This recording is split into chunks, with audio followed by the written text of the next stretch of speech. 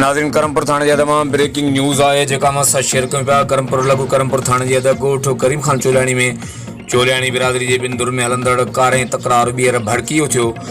धुरनि पारां हिक ॿिए ते फायरिंग जी ॾेवठ में गोलियूं लॻण सबबि गाड़ी धुर जो नौजवान कुर्बान अली पुट अलीगोर चोलियाणी थॾे ते क़तल थी वियो, जॾहिं त साॻी धुर जा ॿ ॼणा ज़ख़्मी ॿुधाए पिया वञनि। मक़तूल जो लाश ऐं ज़ख़्मियुनि खे क़रमपुर अस्पताल मुंतक़िल कयो पियो वञे। ॿिए तरफ़ धुरनि में फायरिंग जो सिलसिलो जारी आहे, जॾहिं त इलाइक़े में ख़ौफ़ वारी सूरत हाल आहे। आख़िर में यादि रहे त कुझु वक़्तु अॻु ॿिन्ही धुरनि जे थियल जहिड़े में साॻी गाड़ी धुर जो नौजवान बहराम अली पुट फ़कीर मोहम्मद चोलियाणी क़तल थियो हो। हर वक़्तु आगाहण लाइ ॾिसंदा रहो JTN न्यूज़ क़रमपुर।